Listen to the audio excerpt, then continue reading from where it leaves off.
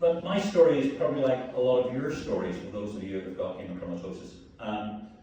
I was the chief executive at Dublin City University, and I noticed that most of my staff all seemed to be suffering from minor ailments and other ailments, and I thought, what a really good thing would be if we went and all got a health check. So I went and got a health check, and the GP who was doing the health check at the time said, well, here's the thing, we're looking at all these things, but here's something new we haven't looked at yet. We're looking at ferritin levels, so we'll just look at it and see what it is. So we all did the tests, and we all did the check, and 2 weeks later I got a telephone call and said, it was the GP, and said, your ferritin levels come back. I said, oh yeah. I said, what is it? He says, it's about 4,000. Oh, said, is that for a good or a bad thing? He says, I think maybe you have to come in and have a wee chat with me. And that's when I started to learn about haemochromatosis and what it actually means, and the impact it is on health. I think my biggest surprise was how many people across the island of Ireland, and indeed across the whole of the United Kingdom, suffer from haemochromatosis. And the fact that 1 in 10 of the population may have it in various areas is something, I think, is something we need to be well and truly on top of, because the health effects are absolutely outstanding, and not in a good way. If we look at problems with diabetes, we look at problems with heart disease, liver disease, joints, arthritis, the impact that it has in areas of depression.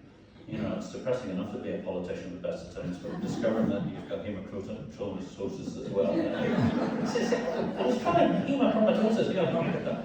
What I normally do is, I normally call it vampiring, because my kids understand vampiring, because when it comes down to it, actually the cure is fairly simple. But it's getting in that process and realising that we need to be on top of that to make that happen. And to do that, our healthcare professionals need to be aware of what the problem is.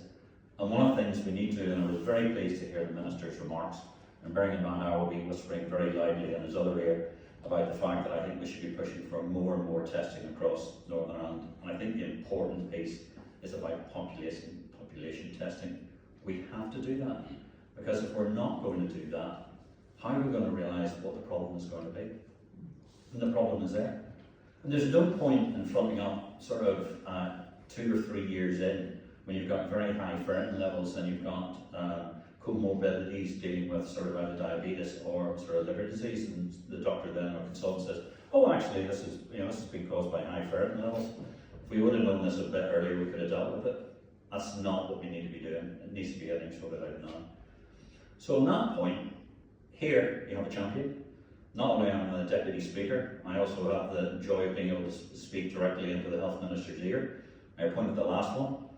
I probably helped a lot in getting this one elected and getting him into the position that he is. And I want to make sure that haemochromatosis is up there with everything we need to do. And I am here to support you. I'm here to make sure that we've got the right level and we're pushing forward in this one so everybody knows about it. And above all, I'm here to listen to this report before I get dragged off for the rest of the finance bill. But there we go. But thank you very much indeed. And over to you.